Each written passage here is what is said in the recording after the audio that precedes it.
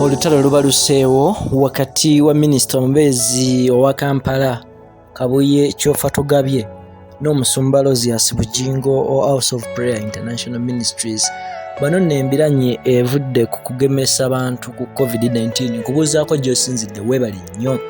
weebali ddala okuva no gwebali enteekateeka zaffe ez'omuzinziro ez'omukundu munaye kugamba kola ekintu kimu subscribinga likinga share commentinga ate twongere okukutuusaako empeereza ez'omuzinzi yonna gy'osinzidde.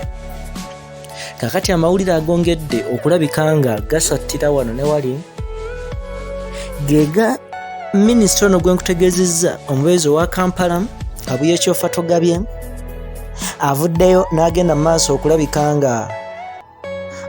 ategeeza omusumba Bugingo nga bwe bagenda okuggyayo omukono ogw'ekyuma okulabika ng'ono bamukendeeza ku mampaati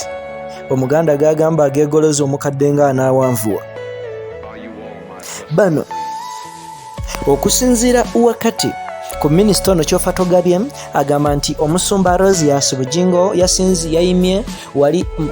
ku Kananirandi n'ategeeza abagoberezi be nga ekintu ky'okugema COVID-19 we kiteetaagisa ekintu ky'agambye nti tebagenda kulabika nga bakikkiriza okulabika nga kiva mu bannaddiini abagundiivu naddala ng'omusumba Bugingo okugezaako okuwabya bannansi.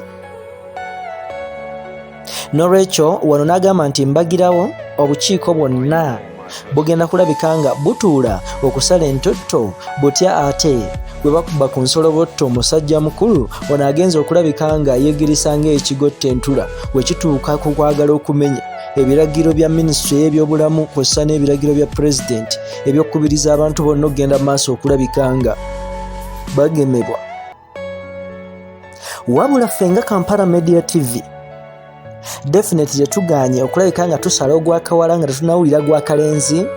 tugenze maaso ne tukola okufeffetta wali munda mu House of Prayer International Ministries tumanye kiki ekituufu ddala ekigenda maaso ku nsonga eno oba oliawo egenda maaso okulabika nga eyogerwa.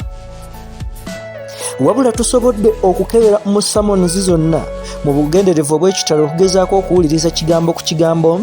ey'olunaku olw'ejjo olw'essande n'ey'olwaleero okwogera oba ebigambo byonna omusumba Bugingo byayogedde bassebo ne bannyabo oba oliawo ne tutagenda maaso kulabika nga tufunamu ono ekyokuvaayo n'awakanya ekyabalokola okulabika nga bagemebwa ekirwadde kya COVID-19. Wabula okusinziira mu kufeffeta kwe twongedde okukola n'okunoonyereza kuno kulaga okusinziira ku samoni ebuuliddwa olwaleero wali ku Kananirandi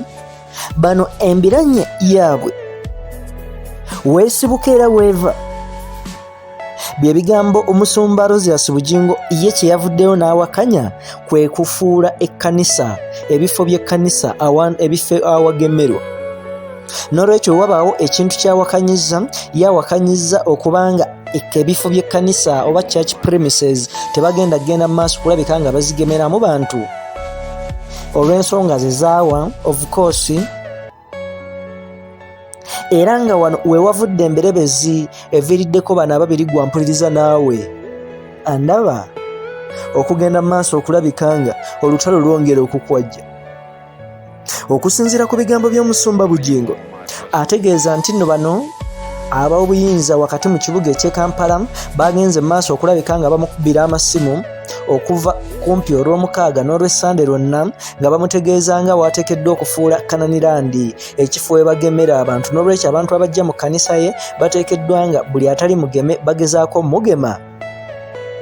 Ekintu kyavuddeyo n'asimbira ekkuuli n'agamba nti ye tagenda kulabika nga akkiriza wabula waba ayagala we baba baagala okumanyisa abantu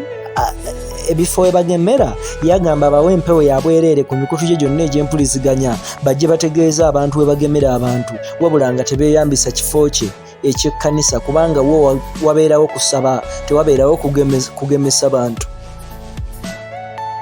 Kakati wano we wavudde emberebezi n'olwekyo of course nga ye owner nga senior pastor avuddeyo n'agaana